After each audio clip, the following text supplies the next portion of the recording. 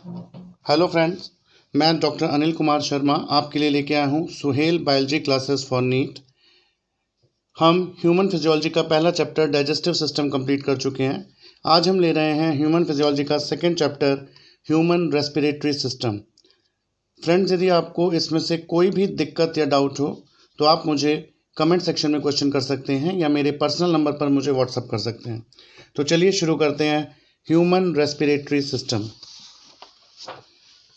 हम सभी जानते हैं कि हमारी बॉडी रेस्पिरेशन के द्वारा एनर्जी प्रोड्यूस करती है जो कि एटीपी की फॉर्म में होता है, और हमारे शरीर की ज़्यादातर सेल्स ग्लूकोज को एज अ फ्यूल यूज़ करती हैं।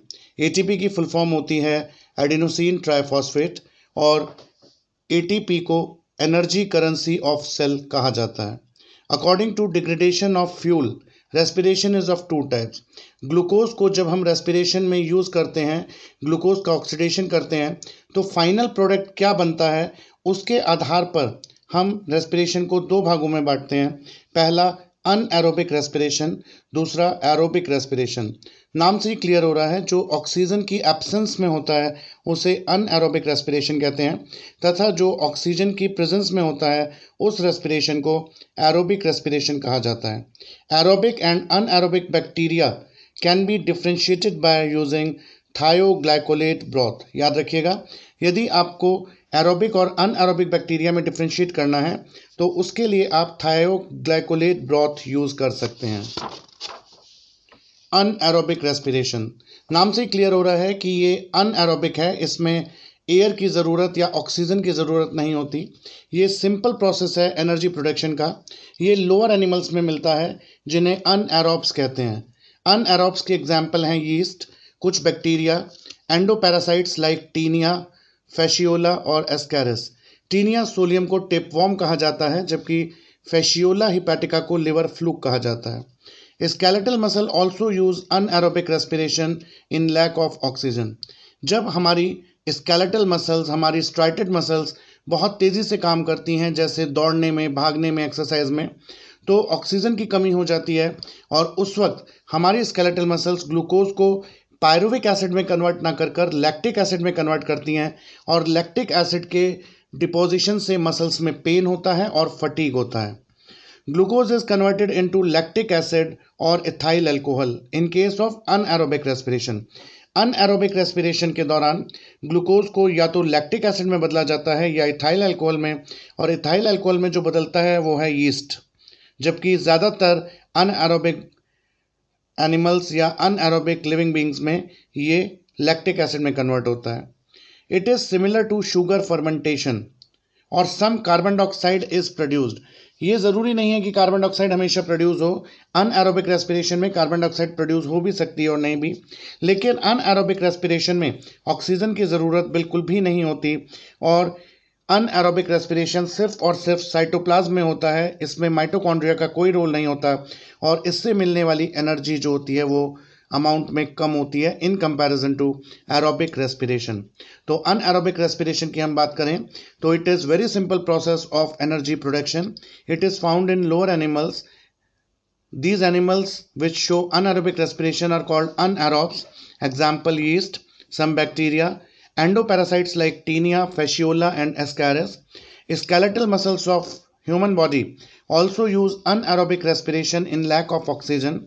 Glucose is converted into either lactic acid or ethyl alcohol in case of anaerobic respiration. It is similar to sugar fermentation. Some carbon dioxide may or may not be produced in anaerobic respiration. Oxygen is not used at all. It occurs in cytoplasm, and energy provided by anaerobic respiration is very less in comparison to energy obtained by aerobic respiration.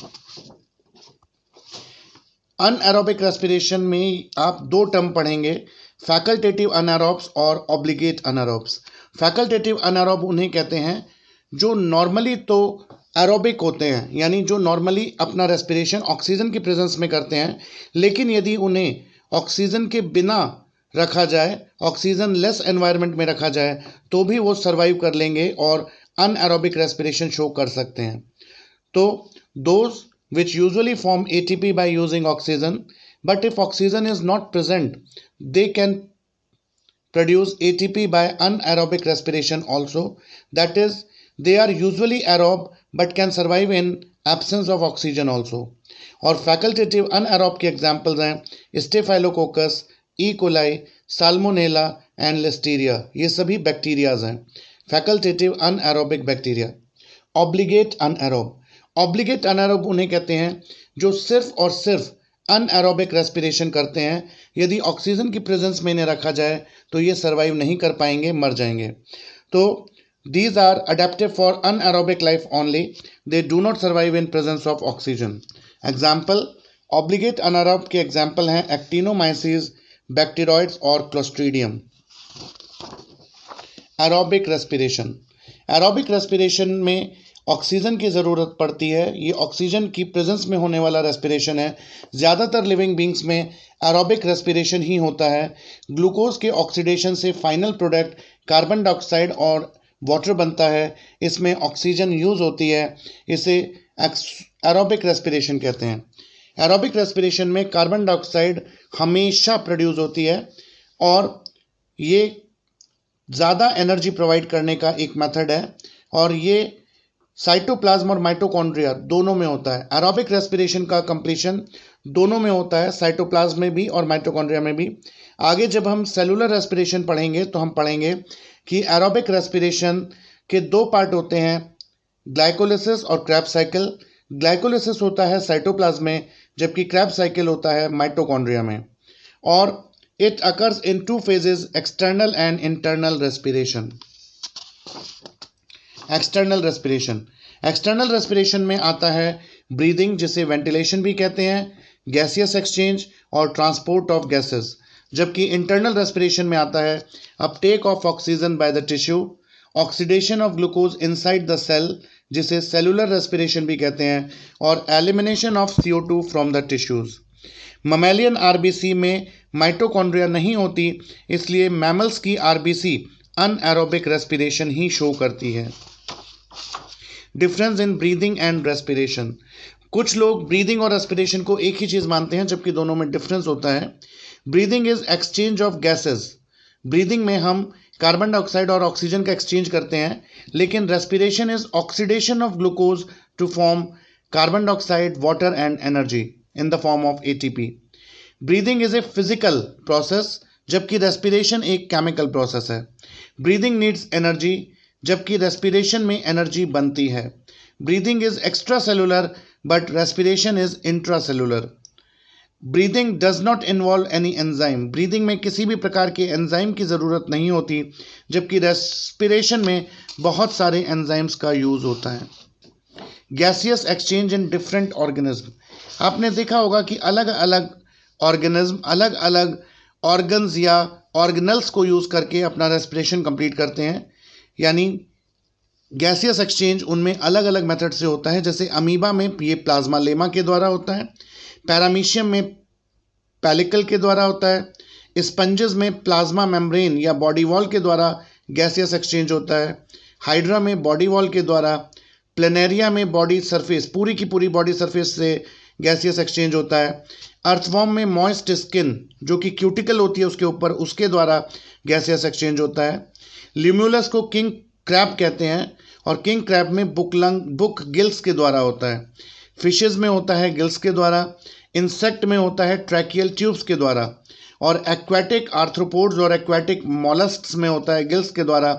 लेकिन सबसे most evolve जो respiratory system होता है वो lungs के द्वारा होता है रेस्पिरेशन, और ये पाया जाता है रेप्टाइल्स, बर्ड्स और मैमल्स में। तो रेप्टाइल्स, बर्ड्स और मैमल्स में जो गैसियस एक्सचेंज की साइट है वो होते हैं लंग्स। रेस्पिरेशन बाय गिल्स, यदि गिल्स के द्वारा रेस्पिरेशन होता है जैसे फिशेस में तो इसे ब्रैंकियल रेस्पिरेशन कहते हैं, जबकि लंग्स के द्वारा होने वाले रेस्पिरेशन को पल्मोनरी रेस्पिरेशन कहते हैं। तो चलिए दोस्तों अब शुरू करते हैं ह्यूमन रेस्पिरेटरी सिस्टम। ये हमारी बॉडी है। डायफ्राम एक मसल है जो हमारी बॉडी के बीचों बीच होती है और हमारी बॉडी को हमारी बॉडी के अपर सेगमेंट को दो भागों में बांटती है। डायफ्राम के ऊपर वाली कैविटी कहलाती है थोरैसिक कैविटी, जबकि डायफ्राम के नीचे वाली कैविटी कहलाती है एब्डोमिनल कैविटी। यहाँ पर ये हमारा रेस्पिरेटरी सिस्टम दिखाया गया है। यहाँ पर नोज से शुरू होता है, नोज से गया nasal cavity, pharynx, larynx, trachea, bronchi, और ब्रोंकाई के आगे बहुत सारे डिवीजन होते होते लास्ट में ये पहुँचता है एल्वियोलाई तक। तो ये है हमारा कंप्लीट रेस्पिरेटरी सिस्टम। अब हम इसको डिटेल में शुरू करते हैं। तो चलिए शुरू करते हैं रेस्पिरेटरी सिस्टम। रेस्पिरेटरी सिस्टम में दो पोर्शन होते हैं, कंडक्टिंग पोर्शन और रेस्पिरेटरी पोर्शन। याद रखिएगा, कंडक्टिंग पोर्शन उसे कहते हैं जो सिर्फ और सिर्फ ऑक्सीजन को कैरी करता है, अंदर लेके जाता है बॉडी में, और कार्बन डाइऑक्साइड को बाहर लाता है। इस पोर्शन में किसी भी प्रकार का गैसियस एक्सचेंज नहीं होता। इसका काम सिर्फ और सिर्फ गैसेस का कंडक्शन है। और conducting portion of respiratory system में आते हैं nose, pharynx, larynx, trachea, bronchi, lobular bronchiole, terminal bronchiole. तो नोज से लेकर टर्मिनल ब्रोंक्यूल तक का पार्ट गैसियस एक्सचेंज में पार्ट नहीं लेता, इसे कंडक्टिंग पोर्शन कहते हैं। यहाँ पे कुछ खास चीज़ें आप याद रख सकते हैं। फेरिंक्स को कहते हैं थ्रोट, लैरिंक्स के लिए साउंड बॉक्स, और ट्रैकिया के लिए विंड पाइप वर्ड भी यूज़ किया जाता है। This portion filters the air, this portion humidify the inspired air, warms and moist the air. लेकिन कंडक्शन करता है सिर्फ, एक्सचेंज में पार्ट नहीं लेता। ब्रीदिंग में दो पार्ट होते हैं, इंस्पिरेशन और एक्सपिरेशन। इंस्पिरेशन का मतलब है गैसेस को अंदर लेना, ऑक्सीजन को अंदर लेना, जिसे इनहेलेशन भी कहते हैं। और एक्सपिरेशन का मतलब होता है कार्बन डाइऑक्साइड को बाहर निकालना, जिसे एक्सहेलेशन भी कहते हैं। याद रखने की बात है कि इंस्पिरेशन एक्टिव प्रोसेस होता है, जबकि एक्सपिरेशन पैसिव प्रोसेस होता है। Respiratory portion. रेस्पिरेटरी पोर्शन उस पोर्शन को कहते हैं जहाँ पर गैसियस एक्सचेंज होता है, और इसमें आते हैं respiratory bronchiole, alveolar duct, alveolar sac और एल्वियोलाई। कहीं पर किसी बुक में आपको एक अलग तरीके से रेस्पिरेटरी सिस्टम का डिवीजन मिलता है, अपर रेस्पिरेटरी ट्रैक्ट और लोअर रेस्पिरेटरी ट्रैक्ट। तो नोज, फेरिंक्स और लैरिंक्स, लैरिंक्स तक कहा जाता है अपर रेस्पिरेटरी ट्रैक्ट, जबकि लैरिंक्स के नीचे ट्रैकिया से लेकर एल्वियोलाई तक हम इस पूरे सिस्टम को कहते हैं लोअर रेस्पिरेटरी ट्रैक्ट। यहाँ पर ये ट्रैकिया का डिवीजन होता है ब्रोंकस या ब्रोंकाई में। ब्रोंकाई डिवाइड करके बनाते हैं लोब्यूलर ब्रोंक्यूल, लोब्यूलर ब्रोंक्यूल से बनता है टर्मिनल ब्रोंक्यूल, टर्मिनल ब्रोंक्यूल से बनते हैं रेस्पिरेटरी ब्रोंक्यूल, रेस्पिरेटरी ब्रोंक्यूल से निकलती है एल्वियोलर डक्ट, और फाइनली रेस्पिरेटरी सिस्टम का अंत होता है एल्वियोलाई पर। गैसियस एक्सचेंज का जो साइट होती है वो होती है एल्वियोलाई। लंग्स में हमारे लगभग 30 करोड़ एल्वियोलाई होती हैं, और एल्वियोलाई की वजह से लंग का सरफेस एरिया बहुत ज़्यादा बढ़ जाता है, और एल्वियोलाई ही वो साइट है जहाँ पर ऑक्सीजन और कार्बन डाइऑक्साइड का आपस में एक्सचेंज होता है। तो चलिए शुरू करते हैं डिटेल में रेस्पिरेटरी सिस्टम, जो कि शुरू होता है नोज से। नोज, ये नोज है, इस पार्ट को कहते हैं रूट ऑफ नोज, ये है टिप ऑफ नोज, और एक्सटर्नल जो दो होल्स हैं इन्हें कहते हैं नॉस्ट्रिल्स या एक्सटर्नल नेयर्स, और ये जिस एरिया में खुलते हैं इसको कहते हैं वेस्टिब्यूल। जो टिप होती है नोज की वो इलास्टिक होती है और हाइलाइन कार्टिलेज से बनी होती है। याद रखिएगा, हमारी नोज की जो टिप है आगे की वो इलास्टिक होती है और हाइलाइन कार्टिलेज से बनी होती है। Two nasal bones nasal bridge बनाते हैं। ये नाक के बीच का जो हिस्सा उठा हुआ होता है उसे कहते हैं नेजल ब्रिज, और ये नेजल बोन से बनता है। External opening of nose is called external nares और nostrils. Since our nostrils are directed towards the foot, that is why our nose is called as drop nose. हमारी नाक को drop knows कहते हैं क्योंकि हमारे नॉस्ट्रिल पैर की तरफ, नीचे की तरफ खुलते हैं। Nasal cavity is divided into two parts, right and left by the help of nasal septum. हमारी नाक के बीचों बीच एक सेप्टम होता है, एक दीवार होती है जो हमारी नाक को दो भागों में बांट देती है, राइट साइड और left side of nose. Internally nasal cavity opens into नेजोफेरिंक्स by internal नेयर्स, जिन्हें कोयना भी कहते हैं। जिस तरीके से नाक के बाहर की ओर खुलने वाले एरिया को नॉस्ट्रिल या एक्सटर्नल नेयर्स कहते हैं, ठीक उसी तरीके से नोज नेजोफेरिंक्स में खुलती है, और उस ओपनिंग को जो कि अंदर खुलती है उसे कोयना या इंटरनल नेयर्स कहते हैं। Nasal cavity is separated by oral cavity by hard palate. याद रखिएगा, नेजल कैविटी और ओरल कैविटी को अलग अलग करने का काम हार्ड पैलेट करता है। हार्ड पैलेट का निर्माण पैलेटाइन और मैक्सिलरी बोन से होता है। हमारे में हार्ड पैलेट होना एक खासियत को शो करता है। हार्ड पैलेट होने की वजह से हम जिस वक्त हमारे मुंह में खाना होता है हम उस वक्त भी सांस ले सकते हैं।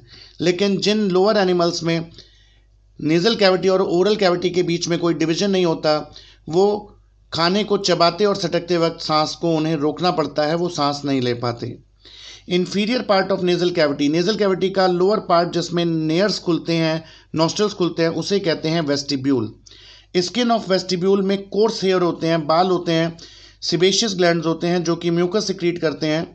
और इन बालों का, नाक के ये जो हेयर हैं, बाल हैं, इनका काम होता है फिल्टर की तरह काम करना और ये इनहेल्ड एयर में जो डस्ट पार्टिकल्स होते हैं उनको ट्रैप करते हैं। Nasal septum is formed by, जो हमारा नेजल सेप्टम है उसका निर्माण होता है एथमॉइड, वोमर, मैक्सिला, पैलेटाइन और पैलेटाइन बोन से। एथमॉइड, वोमर, मैक्सिला और पैलेटाइन बोन से। याद रखिएगा, ये क्वेश्चन पूछा जाता है कि हमारे स्कल में ज़्यादातर बोन्स पेयर्ड होती हैं, डबल होती हैं। स्कल में सिर्फ 2 बोन अनपेयर्ड होती हैं, एक वोमर और एक मैंडिबल, जिससे लोअर जॉ बनता है। तो वोमर और मैंडिबल अनपेयर्ड बोन्स हैं, बाकी सभी बोन्स जो होती हैं वो पेयर्ड होती हैं हमारे स्कल में। Anterior part of nasal septum is called Littles area. हमारे नेजल सेप्टम का जो अगला हिस्सा है उसे लिटिल एरिया कहते हैं और इससे सबसे ज़्यादा ब्लीडिंग की साइट होती है। This is the most common site of nasal bleeding और नेजल ब्लीडिंग के लिए वर्ड यूज़ किया जाता है एपिस्टेक्सिस। नाक से होने वाली ब्लीडिंग को एपिस्टेक्सिस कहते हैं। लेटरल वॉल ऑफ नोज़, यदि आप लेटरल वॉल ऑफ नोज़ देखें, साइड की वॉल देखें नोज़ की, तो उसमें 3 बोनी प्रोजेक्शंस होते हैं जो कि फोल्डेड कॉन्वोल्यूटेड एक्सटेंशंस होते हैं।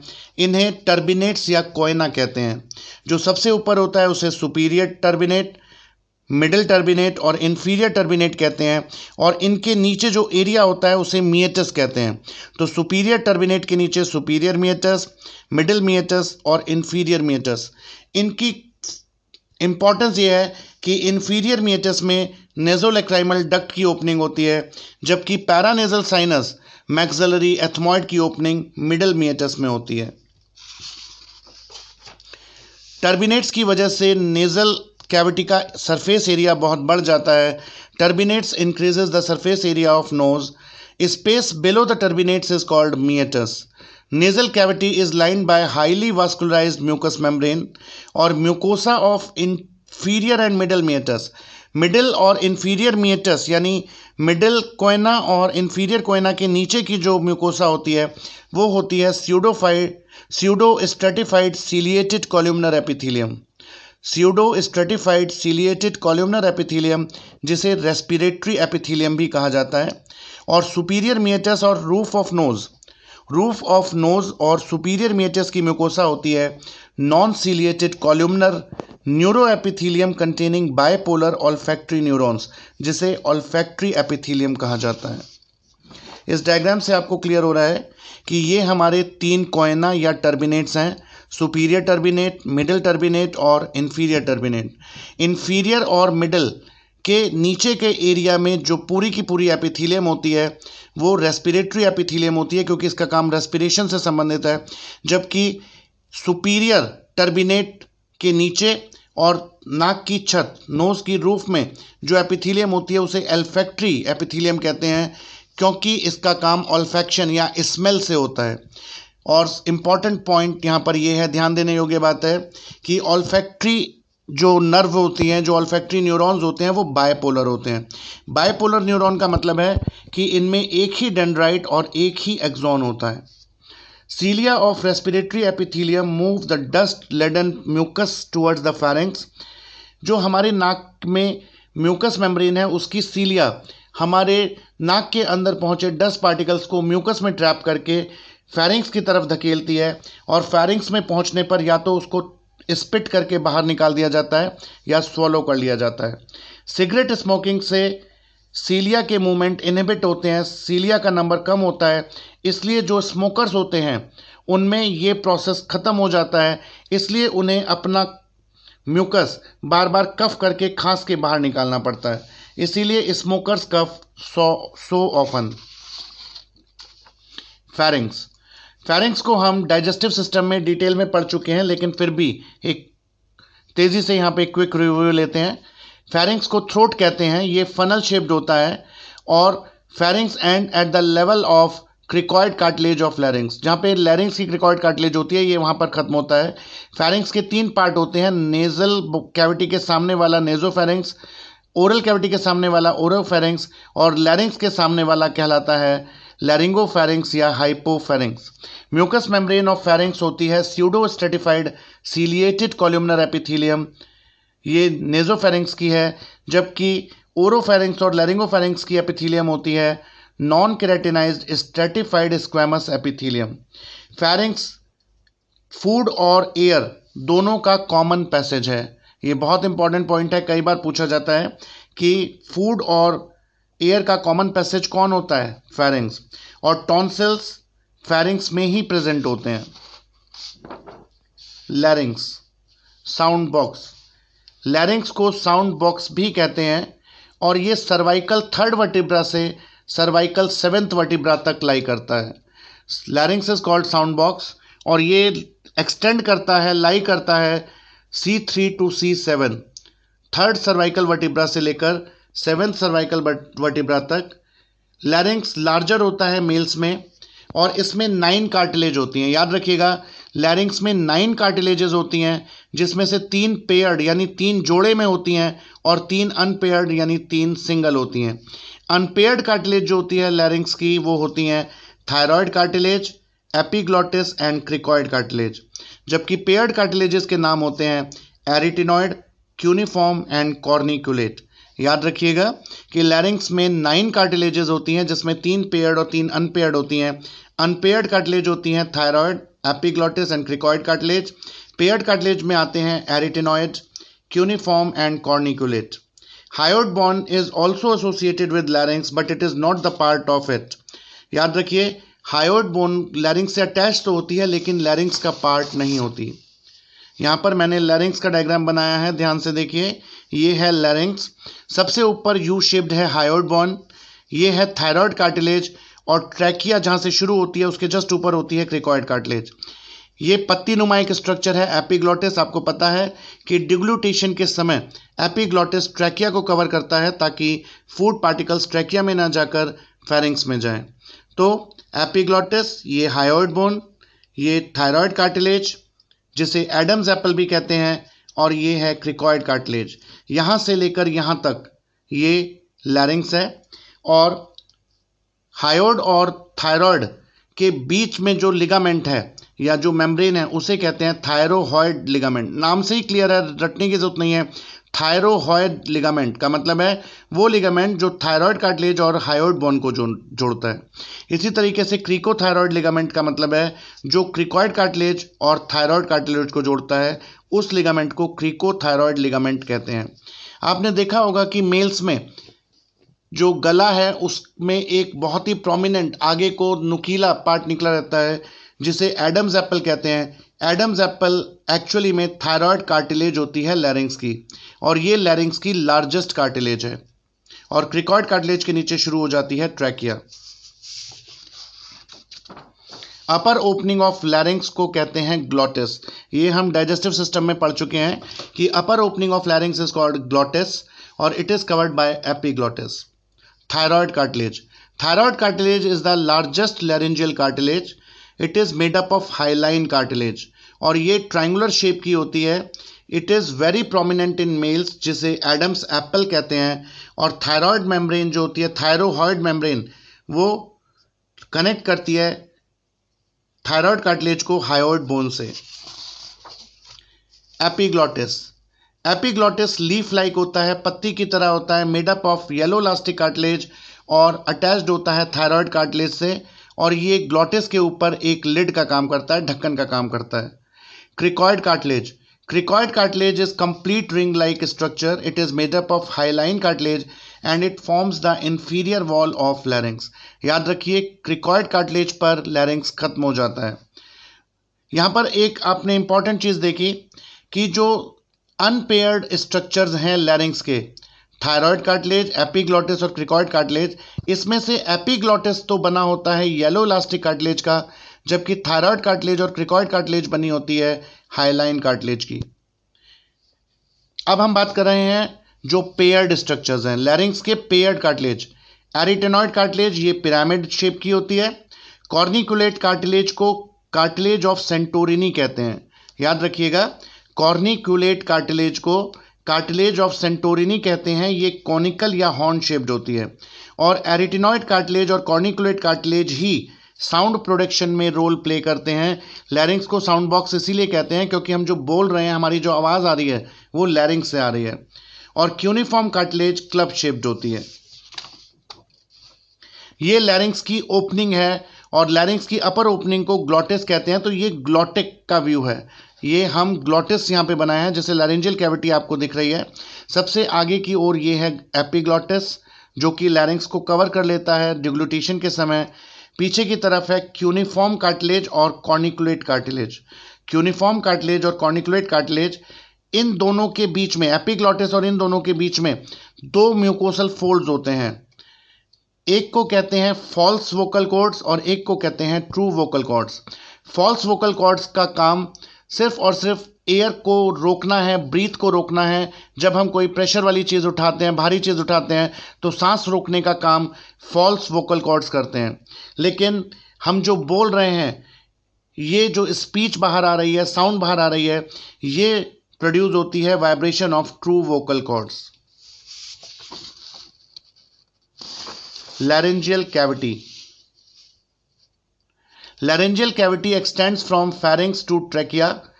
लैरिंजियल इनलेट को यानी लैरिंजियल की ओपनिंग को कहते हैं glottis. There are two pairs of mucosal fold. Glottis में यदि आप देखेंगे तो आपको दो म्यूकोसा के फोल्ड मिलेंगे। अपर फोल्ड को कहते हैं फॉल्स वोकल कॉर्ड्स, याद रखिएगा। ऊपर जो फोल्ड है यानी फॉल्स वोकल कॉर्ड्स जो होते हैं वो ऊपर होते हैं, जबकि ट्रू वोकल कॉर्ड नीचे होते हैं। तो फॉल्स वोकल कॉर्ड्स को अपर फोल्ड कहते हैं और फॉल्स वोकल कॉर्ड के बीच में जो गैप होता है, दोनों के बीच में जो गैप होता है, उसे कहते हैं rima vestibuli. These are reddish and less elastic. False vocal cord जो होते हैं वो लेस इलास्टिक होते हैं, लाल होते हैं। These do not help in sound production. और फॉल्स वोकल कॉर्ड्स का काम है to help in holding the breath when we lift the weight. Lower folds. Lower folds को ट्रू वोकल कॉर्ड्स कहते हैं और ट्रू वोकल कॉर्ड्स के बीच के स्पेस को या गैप को राइमा ग्लॉटिडिस कहते हैं। तो याद रखिएगा कि ट्रू वोकल कॉर्ड्स के बीच के गैप को राइमा ग्लॉटिडिस कहते हैं। These are whitish highly elastic, ये सफ़ेद रंग के होते हैं। False vocal cords red colour के होते हैं, जबकि true vocal cords white colour के होते हैं, हाईली इलास्टिक होते हैं। दीज व्हेन वाइब्रेट, जब ये वाइब्रेट करते हैं तो साउंड निकलती है। और laryngeal cavity is lined by pseudostratified ciliated columnar epithelium except vocal cords. याद रखिएगा पूरे का पूरा लैरिंग्स में जो एपिथेलियम होती है वो होती है pseudostratified ciliated columnar epithelium, लेकिन वोकल कॉर्ड्स पे ये नहीं होती। वोकल कॉर्ड्स पे जो म्यूकस मेम्ब्रेन होती है वो होती है non keratinized stratified squamous epithelium. Larynx में गॉबलेट सेल्स प्रेजेंट होती हैं जो म्यूकस सिक्रीट करती हैं और ये म्यूकस इनहेल्ड एयर या इंस्पायर्ड एयर में आने वाले डस्ट पार्टिकल्स को ट्रैप करता है और उसके टेम्परेचर को मेंटेन करने का काम करता है। लैरिंग्स में दो तरह की मसल्स होती हैं, एक्सट्रिंसिक मसल और इंट्रिंसिक मसल। एक्सट्रिंसिक मसल लैरिंग्स को अपनी जगह पर बांध के रखते हैं जब हम बोल रहे होते हैं, और इंट्रिंसिक मसल वोकल कॉर्ड्स में वाइब्रेशन प्रोड्यूस कराने के लिए यूज़ होते हैं जिससे हम बोल पाते हैं। साउंड प्रोडक्शन के लिए वर्ड यूज़ किया जाता है फोनेशन। हम जो बोल रहे हैं, साउंड प्रोड्यूस कर रहे हैं, इस प्रोसेस को कहते हैं फोनेशन। और फोनेशन सिर्फ एक्सपिरेशन के दौरान होता है, इंस्पिरेशन के दौरान हमारी आवाज़ नहीं निकल सकती। तो याद रखिए कि साउंड प्रोडक्शन या phonation occurs only and only during expiration, not during inspiration. Vocal cords of male are thicker and longer. Male के वोकल कॉर्ड मोटे और लंबे होते हैं, इसलिए ये धीरे धीरे वाइब्रेट करते हैं और स्लो वाइब्रेशन से निकलने वाली पिच लोअर पिच होती है, जबकि लेडीज़ में हाई वाइब्रेशंस होते हैं और उनकी पिच जो होती है वो हाई होती है। Function of vocal cord is to produce the sound of different frequencies. याद रखिएगा कि वोकल कॉर्ड से जो आवाज़ निकलती है हम अलग अलग वाइब्रेशंस कराकर अलग अलग फ्रीक्वेंसी की साउंड तो निकाल सकते हैं, लेकिन आर्टिकुलेशन ऑफ स्पीच लैरिंग्स का काम नहीं है। याद रखिए, आर्टिकुलेशन का मतलब है कि हम जो बोल रहे हैं उसका एक खास मतलब है। यदि हम किसी से कुछ कह रहे हैं तो वो हमारी बात समझ रहा है, तो इसको बोलेंगे कि ये आर्टिकुलेटेड स्पीच है। और आर्टिकुलेशन जो है वो कोऑर्डिनेटेड होता है टीथ, टंग, हार्ड पैलेट, चीक, लिप्स की मदद से। लेकिन साउंड जो निकाल रहे हैं, फोनेशन जो है, वो लैरिंग्स का काम है, लेकिन आर्टिकुलेशन लैरिंग्स का काम नहीं है। ट्रैकिया, ट्रैकिया को कहते हैं wind pipe. Trachea is wind pipe. और ट्रैकिया 11 से 12 सेंटीमीटर लंबी होती है, 2 से 2.5 सेंटीमीटर चौड़ी ट्यूब होती है। ये नॉन कोलैप्सिबल ट्यूब है, ये कभी भी कोलैप्स नहीं करती क्योंकि इस पर सी शेप के इनकम्प्लीट रिंग्स चढ़े होते हैं। याद रखिएगा कि ट्रैकिया पर कार्टिलेज के रिंग होते हैं जो कि सी शेप के होते हैं, और सी शेप के होने की वजह से वो पीछे की तरफ इनकम्प्लीट होते हैं, यानी these are incomplete posteriorly. Trachea का स्टार्टिंग होती है लैरिंग से और ट्रैकिया खत्म होती है at the level of T5, thoracic fifth vertebra. ये बहुत इंपॉर्टेंट क्वेश्चन है, कई बार पूछा गया है कि ट्रैकिया कहाँ पर एंड होती है, तो trachea ends at the level of fifth thoracic vertebra. It lies in front of oesophagus. Trachea आगे होती है, ईसोफेगस पीछे होती है, और ट्रैकियल वॉल जो होती है वो ट्रांसपेरेंट होती है। ट्रैकिया में 4 लेयर्स पाई जाती हैं यदि हम उसको हिस्टोलॉजी देखें: म्यूकोसा, सब म्यूकोसा, कार्टिलेज लेयर और एडवेंटिशिया। कार्टिलेज लेयर सबसे मोटी लेयर होती है और म्यूकस मेम्ब्रेन ऑफ ट्रैकिया होती है pseudostratified ciliated columnar epithelium. पूरे के पूरे रेस्पिरेटरी ट्रैक्ट में जहाँ तक भी सीलिया होती है उसका काम होता है म्यूकस को फेरिंक्स तक लेके जाना, अपने मूवमेंट से म्यूकस को फेरिंक्स की ओर धकेलना, ताकि म्यूकस फेरिंक्स में जाके या तो स्वलो कर लिया जाए या बाहर स्पिट कर दिया जाए। Cartilage layer is the thickest layer of trachea. Trachea पर 16 से 20, याद रखिएगा, ट्रैकिया पर 16 से 20 सी शेप के इनकम्प्लीट पोस्टीरियरली कार्टिलेजिनस रिंग्स होते हैं। ये कार्टिलेजिनस रिंग हाईलाइन कार्टिलेज के बने होते हैं। ट्रैकिया पर जो 16 से 20 सी शेप के कार्टिलेज की रिंग होती हैं वो हाईलाइन कार्टिलेज की बनी होती है।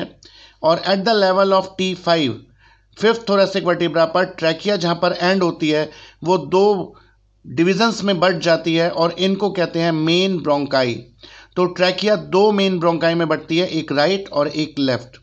ब्रोंकाई लंग्स में एंटर कर जाते हैं। राइट ब्रोंकस जो होता है वो शॉर्टर होता है, थिक होता है और मोर वर्टिकल होता है।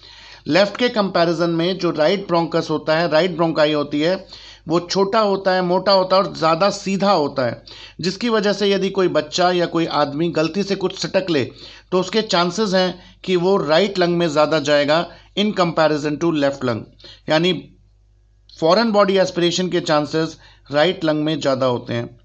Trachea and bronchus are non collapsible. ना तो ट्रैकिया कोलैप्स होती ना ब्रोंकाई कोलैप्स होते। क्यों? क्योंकि इन पर कार्टिलेज की रिंग्स होती हैं और इन रिंग की वजह से ये कोलैप्सिबल स्ट्रक्चर नहीं है। Cilia of trachea pushes the mucus towards pharynx. Lungs, lungs को पल्मोन्स कहते हैं। याद रखिएगा, लंग्स के लिए पल्मोन्स वर्ड यूज़ करते हैं, इसीलिए हर जगह जहाँ पे भी पल्मोनरी वर्ड आएगा उसका मतलब है कि we are talking about lungs. ये लंग्स है ट्रैकिया।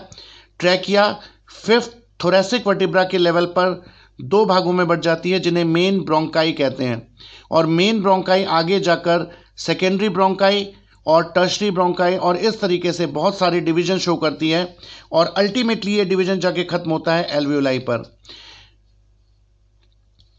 जो लंग्स होते हैं वो जिस कैविटी में होते हैं वो डायफ्राम के ऊपर वाली कैविटी है, जिसे थोरेसिक कैविटी कहते हैं। लंग्स चारों तरफ से रिब्स से घिरे होते हैं।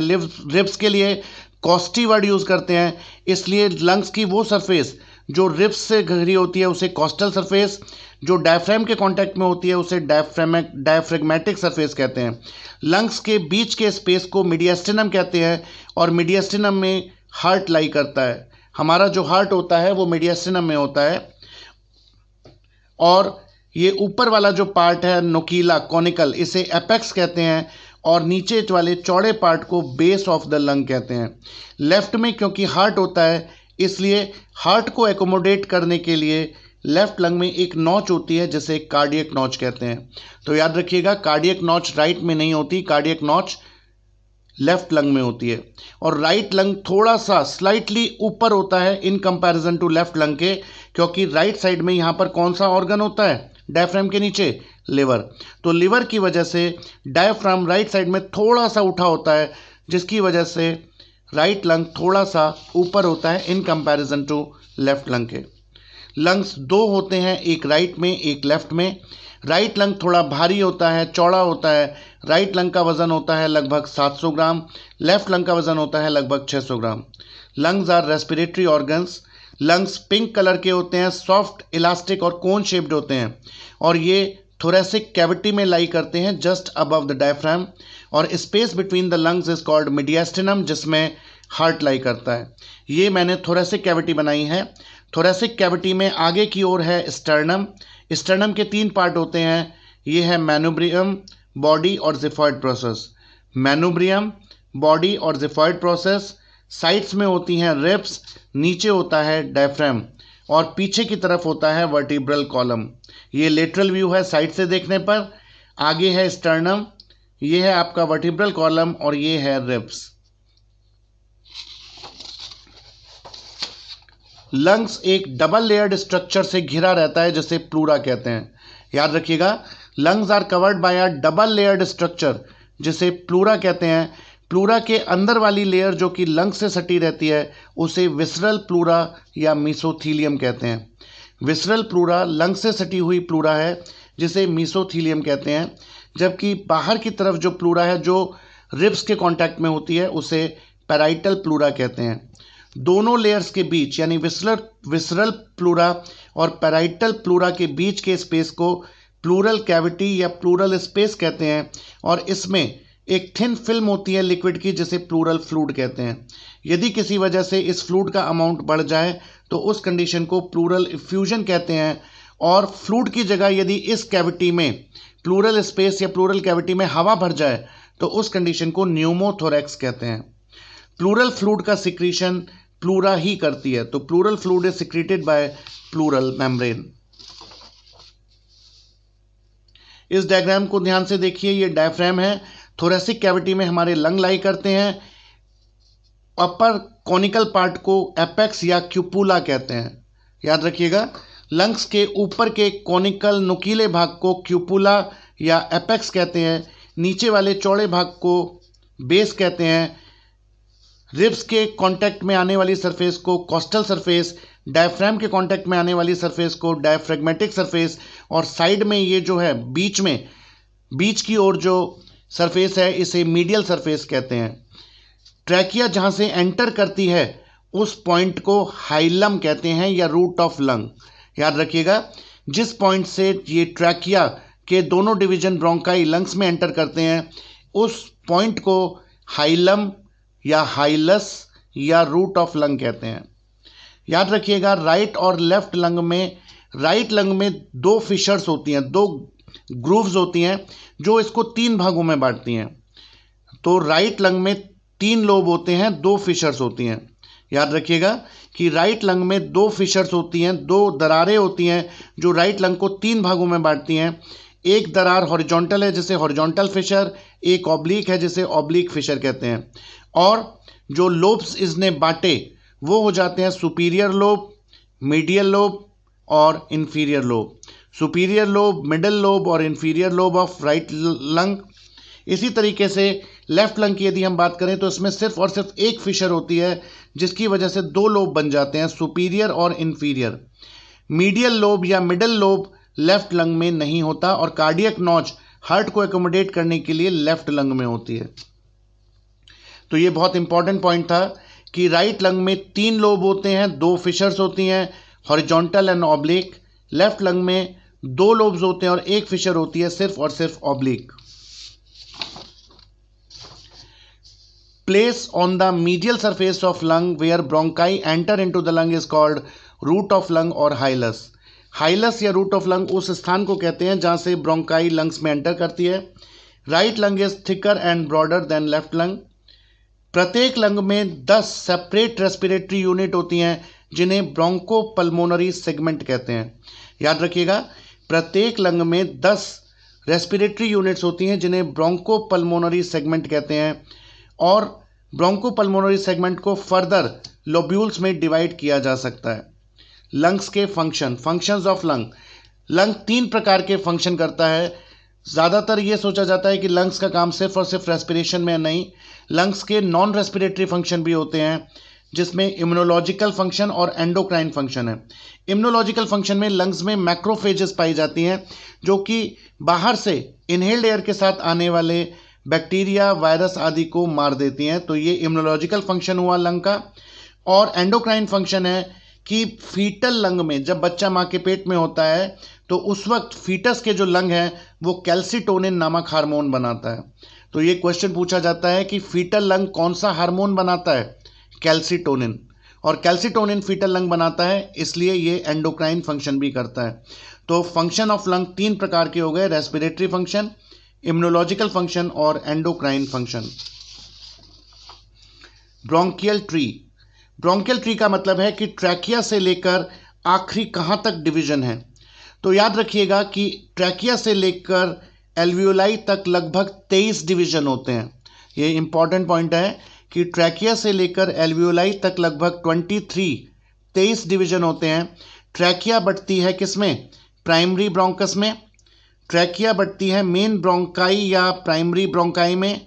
प्राइमरी ब्रोंकाई से सेकेंडरी ब्रोंकाई, सेकेंडरी ब्रोंकाई से टर्शरी ब्रोंकाई, टर्शरी ब्रोंकाई से ब्रोंकियोल, ब्रोंकियोल से लोब्यूलर ब्रोंकियोल, लोब्यूलर ब्रोंकियोल से टर्मिनल ब्रोंकियोल, टर्मिनल ब्रोंकियोल से रेस्पिरेटरी ब्रोंकियोल, रेस्पिरेटरी ब्रोंकियोल से एल्वियोलर डक्ट और एल्वियोलाई। तो इस तरीके का ये डिवीजन है पूरे रेस्पिरेटरी सिस्टम में।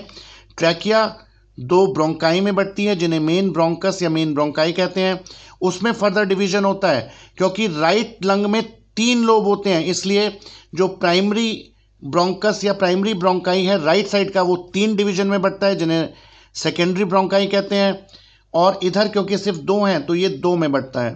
तो याद रखिएगा कि सेकेंडरी ब्रोंकाई का नंबर कितना होता है? सेकेंडरी ब्रोंकाई का नंबर होता है राइट साइड में 3 और लेफ्ट साइड में 2, जबकि टर्शरी ब्रोंकाई का नंबर दोनों साइड में 10-10 होता है। याद रखिएगा, दोनों साइड में टर्शरी ब्रोंकाई का नंबर होता है 10 और 10। और टर्शरी ब्रोंकाई के बाद के डिवीजन को कहते हैं ब्रोंकियोल, फिर lobular bronchiole, terminal bronchiole, respiratory bronchiole, alveolar duct, alveolar sac और एल्वियोलाई। तो इस तरीके से ये डिवीजन है। वीबल एक साइंटिस्ट हुए जिन्होंने ट्रैकिया से लेकर एल्वियोलाई तक कुल 23 डिवीजन किए। ट्रैकिया को नंबर दिया 0। इस तरीके से टर्मिनल ब्रोंकियोल का नंबर आता है 16, रेस्पिरेटरी ब्रोंकियोल होता है 17वां डिवीजन और 23वां और आखिरी डिवीजन होता है एल्वियोलाई। इस तरीके से यदि हम वीबल के अनुसार काउंट करें तो कंडक्टिंग जोन, वो पार्ट रेस्पिरेटरी सिस्टम का जो गैसियस एक्सचेंज में पार्ट नहीं लेता, वो होता है 1 से 16 तक, जिसे कंडक्टिंग जोन कहते हैं। जबकि वो पार्ट जिसमें गैसियस एक्सचेंज होता है वो होता है 17 से 23 तक, और इसे रेस्पिरेटरी पार्ट या रेस्पिरेटरी जोन कहते हैं। हमारे लंग्स की एल्वियोलाई का टोटल सरफेस एरिया होता है लगभग 12,000 centimetre square. Cilia are absent from terminal bronchiole to alveoli. Terminal bronchiole से पहले तक सीलिया होते हैं, लेकिन टर्मिनल ब्रोंकियोल से लेकर एल्वियोलाई तक रेस्पिरेटरी सिस्टम में सीलिया नहीं होते। सिगरेट स्मोकिंग की वजह से सीलिया डिस्ट्रॉय हो जाते हैं। एल्वियोलाई को एसिनाई भी कहते हैं। एल्वियोलाई को एसिनाई भी कहते हैं। ये छोटे छोटे पाउच या सैक लाइक स्ट्रक्चर है और प्रत्येक एल्वियोलाई पर कैपिलरीज का घना गुच्छा होता है। याद रखिएगा, प्रत्येक कैपिलरी पर, प्रत्येक एसिनाई या एल्वियोलाई पर कैपिलरीज का गुच्छा होता है। पूरे के पूरे एल्वियोलाई को कैपिलरीज घेरी रहती है। क्यों? क्योंकि एल्वियोलाई गैसियस एक्सचेंज की साइट है। हम ऑक्सीजन बॉडी को देंगे और कार्बन डाइऑक्साइड वापस लेंगे, तो ये कहाँ पर होता है? ये लंग्स के एल्वियोलाई में होता है। हमारे लंग्स में लगभग 300 मिलियन, 300 मिलियन या 30 करोड़ एल्वियोलाई होते हैं दोनों लंग्स में मिलाकर। Alveoli are smallest respiratory unit, gaseous exchange occurs in alveoli, और alveoli is lined by simple squamous epithelium. तो ये हमारी एल्वियोलाई है जिसकी लाइनिंग होती है सिंपल स्क्वैमस एपिथेलियम। एक तरफ से ब्लड आ रहा है और दूसरी तरफ से जा रहा है। जहाँ से ब्लड आ रहा है वो है आर्टीरियोल, वापस जा रहा है वो है वेन्यूल, और ये जो बटा हुआ है कैपिलरीज। हम सभी जानते हैं कि कैपिलरीज में सिर्फ और सिर्फ एंडोथीलियम सेल्स होती हैं, बाकी कोई स्ट्रक्चर नहीं होता। तो इस तरीके से ये रेस्पिरेटरी मेम्ब्रेन है। रेस्पिरेटरी मेम्ब्रेन उसे कहते हैं जिससे कुल मिलाकर आपका गैसियस एक्सचेंज हो रहा है। ऑक्सीजन बॉडी में जा रही है, कार्बन डाइऑक्साइड वापस आ रही है। तो ये कौन कौन सी लेयर्स को पार कर रहा है?